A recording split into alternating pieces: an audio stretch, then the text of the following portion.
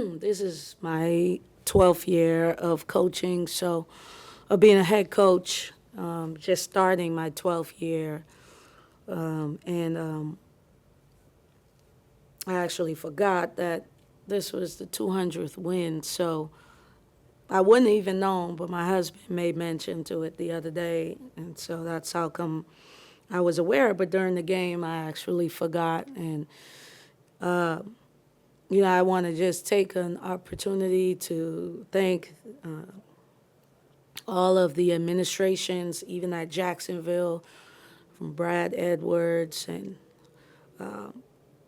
who first hired me there, Ross Bjork first hired me here, and all of the other ADs that I was blessed to have, presidents, chancellors that believed in me and gave me the opportunity to be in this space right now. For that, I'm grateful. I'm also grateful for staff that has been with me at Jacksonville and also here at Ole Miss. And then last but not least, the players, all of the players that helped or were the reasons why I can stand here and be grateful for my 200th win.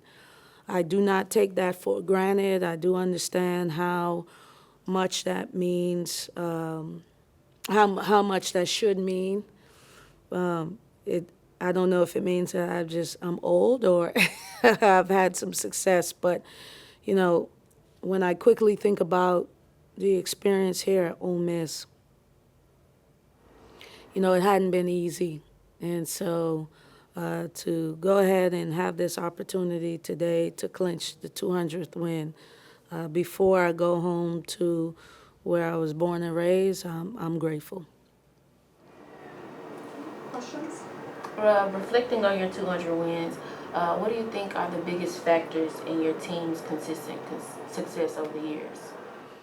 Oh, well, our teams and staff and everybody involved in our program has adopted the 4 Ns, and it's believe in, buy in, lock in, and be all in. And I can confidently say that everyone that has been a part of that, and when we had success, adopted those 4 Ns. And I think from players to administration, to staff, everybody, and I think that's why we've been able to have the success we've had in a consistent effort because of the 4 Ns. Talk a little bit about Sierra's performance today. Like, what does that mean to you? It meant a lot to me because I really believe in Sierra. I think she's one of the best freshmen in the country. I know that she does not get maybe the notoriety that others get, but she is incredibly special. And I think Sierra's greatest gift is when she is on the floor, she plays, she gives everything she has.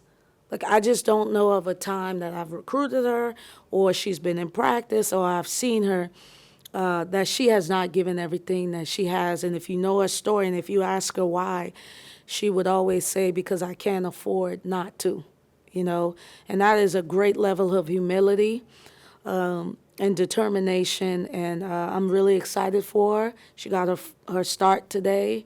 And I knew she was going to just explode onto the scene. And I expect her to continue to play good basketball as she continues to develop. This is just the beginning.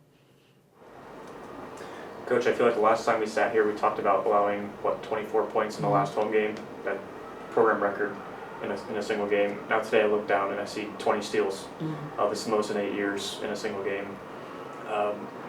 What more can we talk about defense? It just seems like every time we're just on this broken record about your defense, but stellar again today. I just want to know what your thoughts were on your team. Well, I'll tell you one thing. I have a lot to pick apart from the defensive end. I think one quarter, Jackson State beat us. Second quarter. And here's the thing. These games are an opportunity for me to get deep in the bench. I played everybody today, have a chance to see what they can do because I don't want any of our players to say they didn't get an opportunity. This is their opportunity. And so when I left them out there in that second quarter, like, let me leave them out there and let them play through it, because for me, it's not important to get a blowout win or set a record. It's important to see who I'm going to be able to depend on when we play Boston College and whomever else we play in the Bahamas, and when we play in the SEC. This is the opportunity to develop that depth, and so that was important to me. Do you like having a game where you have a lot to pick apart, especially going into a critical weekend like the Yeah, Bahamas? absolutely. Here's the thing, like I said on the mic, it is a dream for me to be able to have our players play in front of consistent crowds like today. That is a dream, and I'm not going to stop dreaming it. And I would take 5, 6 games a year, just like that. And I do know when you play in those environments, it's different. You can't hear. You have to adjust. But those were the challenges. But here's the positives. They will you into wins, and I just know how important home court advantage is, and those young people were ready to explode, and so I'm glad that we were able to give them something to clap about in the second half. As far as picking things apart, that's going to be the whole season, especially in non-con, because things get a little tighter for coaches once we get in conference play and we kind of know, like, all right, this is who's earned our trust. And so, but today there are some glaring things that we do need to get better at, and so we'll watch film and continue to grow. What do you think of Tamia Sadler? I know she returned against Delaware State, but Yeah. concussion against USC. Now she's back and finding her footing. Yeah, I mean, Tam, we need Tam. And I told her the other day, like, Tam, if you don't come to play, we won't win without you. Like, we really need another guard to be able to come and help us. And so, this is a young lady that the past 3 years did not play a lot at her other school.